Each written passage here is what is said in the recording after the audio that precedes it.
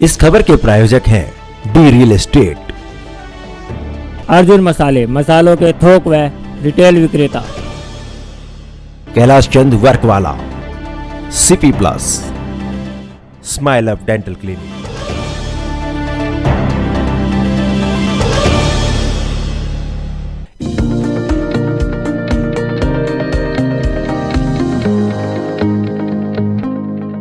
नमस्कार, आप देख रहे हैं डीकेपी न्यूज और मैं श्रुति दुबे।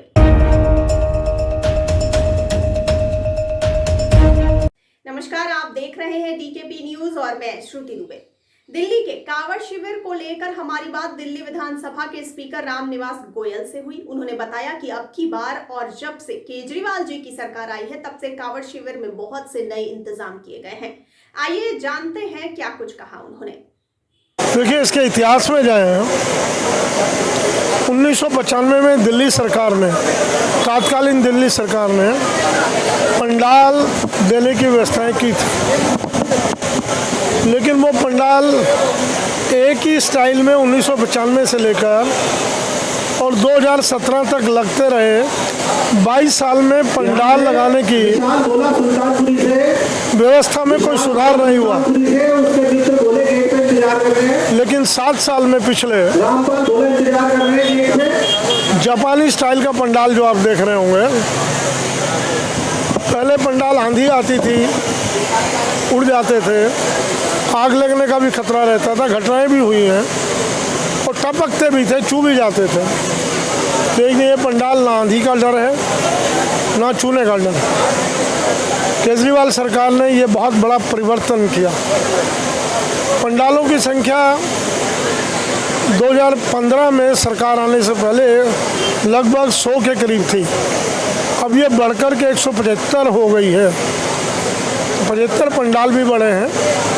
अब कल्पना करिए, 95 से लेकर 2015 यानी 20 साल में 100 पंडाल और 7 साल में 75 पंडाल बढ़ गए। ये एक बहुत बड़ी प्रगति है। पंडाल के साथ साथ डॉक्टर भी सुव्यवस्थित हुए हैं और भोलों को विश्राम करने के लिए इस बार डनलप के गद्दे भी आए हैं।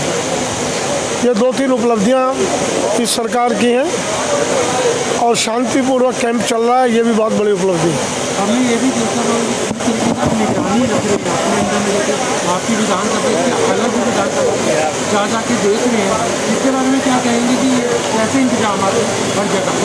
देखिए, पहले तो मैं अपने कैंप की बात करूं।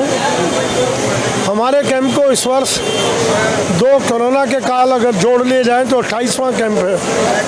कैंप 26 लगे हैं, लेकिन 28 साल हो गए। दिल्ली यूपी बॉर्डर पर हमारा कैंप है, सबसे बड़ा कैंप लगता है। लगभग 1000 भोलों के विश्राम करने की हमने यहाँ व्यवस्था की है।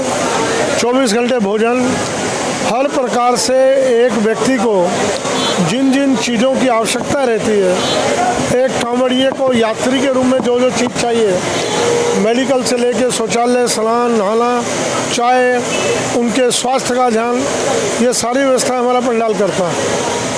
और यहाँ हमारे लगभग 400 कार्यकर्ता हैं, दानदाता और कार्यकर्ता 6 शिफ्टों में सेवा देते हैं। अब जो शिफ्ट चल रही है वो 2 से 6 की चल रही है। 6 बजे फिर शिफ्ट बदलेगी, फिर रात्रि की शिफ्ट एक लगती है। तो इस पंडाल में निरंतर कांवड़िए आते हैं, विश्राम पाते हैं। दिल्ली का सबसे बड़ा सुव्यवस्थित पंडाल है। अन्य पंडाल सब बहुत अपनी अपनी जगह पर सब व्यवस्थित हैं, अच्छे ढंग से सेवा करते हैं, सेवा भाव से काम करने वाले ही पंडाल लगाते हैं। कुछ इक्का दुक्का होते हैं जो शरारती टाइप के व्यक्ति भी होते हैं, मैं ये नहीं कहता नहीं, लेकिन अधिकांश सेवा भाव रखते हैं, कांवड़ियों की सेवा करते हैं, तन से, मन से, धन से, तीनों प्रकार से सेवा में लगे। हमने एक चीज़ और देखने को मिली यहाँ पे और पंडालों को भी दिया है, तो वहाँ पे आपकी बात भोलों का नाम और एड्रेस लिख रहे हैं सिक्योरिटी, इस पर क्या कहेंगे, थोड़ा सा बताएंगे? इस बार सरकार का ये आग्रह था कि किसी प्रकार की दंगा फसाद ना हो। आने वाले भोलों का नाम, एड्रेस, मोबाइल नंबर लिखा जाए। उस लिखने की व्यवस्था की है, देखते हैं उसका परिणाम क्या रहता है। और क्या कहना चाहेंगे बाबू, आगे भी जो त्यौहार आ रहे हैं उनके लिए शुभकामनाएं, जैसे कि 75वां आज़ादी महोत्सव है, उसके बारे में क्या कहेंगे, किस तरीके से दिल्ली सरकार मनाने जा रही है? आज़ादी का ये 75वां वर्ष है और इस 75वें वर्ष को दिल्ली सरकार ने 500 राष्ट्रीय ध्वज लगाकर दिल्ली में इसकी शुरुआत की।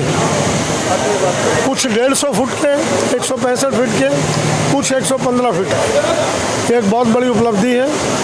दिल्ली सरकार अब 15 अगस्त नीचे आ रहा है और कई घोषणाएं करने वाली है। दिल्ली विधानसभा में आज़ादी के इस पर्व पर कोरोना वॉरियर्स को उनके लिए एक स्मारक बन रहा है और वो 9 फरवरी को अगस्त क्रांति दिवस पर लोकार्पण होगा। तो अगस्त क्रांति, 15 अगस्त, 75वां वर्ष, ये अपने आप में बहुत महत्वपूर्ण है। और इस वर्ष केजरीवाल जी ने भगत सिंह और अंबेडकर बाबा को आइकॉन माना है सरकार। सभी सरकारी दफ्तरों में उनके चित्र लगे, तो एक बहुत बड़ी उपलब्धि। बस हमारे चैनल के माध्यम से भोले बाबा के और जो आज़ादी की शुभकामनाएं दिल्ली का।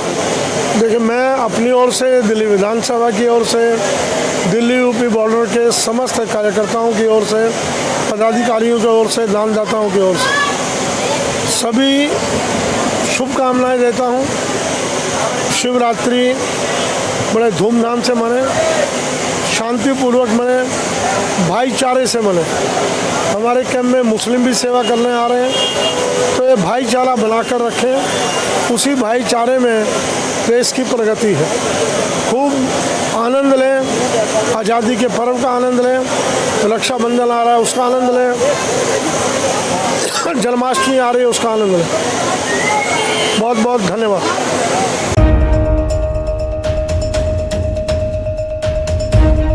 अभी तक के लिए इतना ही। आगे खबरों के लिए बने रहिए DKP न्यूज के साथ और मुझे दीजिए इजाजत। नमस्कार।